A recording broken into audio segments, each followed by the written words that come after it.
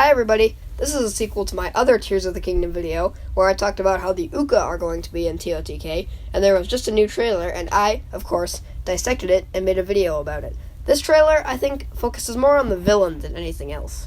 First, I just want to say there was a little factual error in part 1. It turns out when I said the art in this part of the trailer actually doesn't look like the Temple of Time from Twilight Princess, it's just Uka City architecture. It still works for the theory, though. Also, I forgot to mention this before, but this shield has a modified Uka logo on it, so there's some more Uka-proof.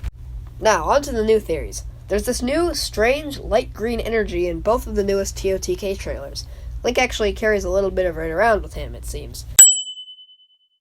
It looks almost exactly like the light green energy on the Twily, a magical, thieving group of criminals also from Twilight Princess. And Midna, the actual Twilight Princess, has the same energy on the inside of her robe. And there's even more Twilight Princess evidence. The light green energy appears to be some kind of power source for many different kinds of machinery, including this car-like transportation mode and this weird helicopter platform. Also, when you first look at this part, you think Link's using the Sheikah Slate, but if you look closer, you notice that he's not even wearing the Sheikah Slate, let alone holding it. So I think that this new thing on his arm is like a Sheikah Slate for things associated with the green energy. Switching topics, I think this guy, presumably the villain, is Ganondorf's undead remains from Twilight Princess. He has Gerudo markings, so unless this is a new Gerudo-themed villain, I'm pretty sure it's Ganondorf. Although they did say the game footage wasn't final, so they could change the Gerudo markings later. Let's talk about these dragon things now. But to talk about these things, we need to talk about these weird monsters first. Now, at first glance, one might think they are regular monsters possessed by the Blood Moon, which is what I think Nintendo wants us to think. That could be true, of course, but the thing is, they look a lot like this thing from Skyward Sword called the Levias, when it is possessed by a boss monster known as the Bilosite, which, by the way, looks an awful lot like these dragon things.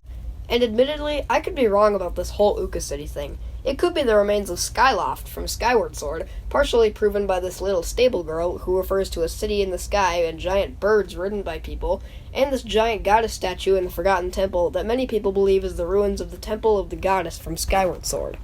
My last theory is a bit of a long shot. At the end of the new trailer, there's this strange music that sounds quite a lot like the music that plays when you fight Yuga, the main villain from A Link Between Worlds, in Hyrule Castle.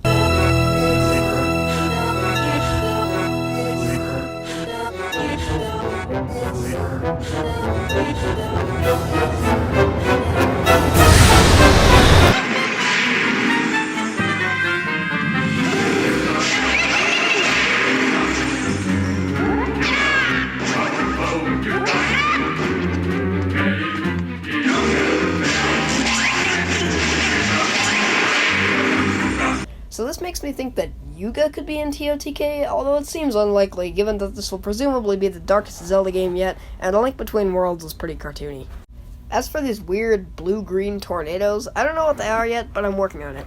Could be connected to this light green energy stuff, I guess.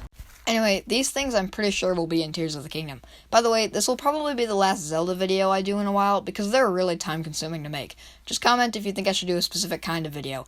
Remember, it can be about anything remotely nerdy, except Star Trek and anime. Until next time, see ya!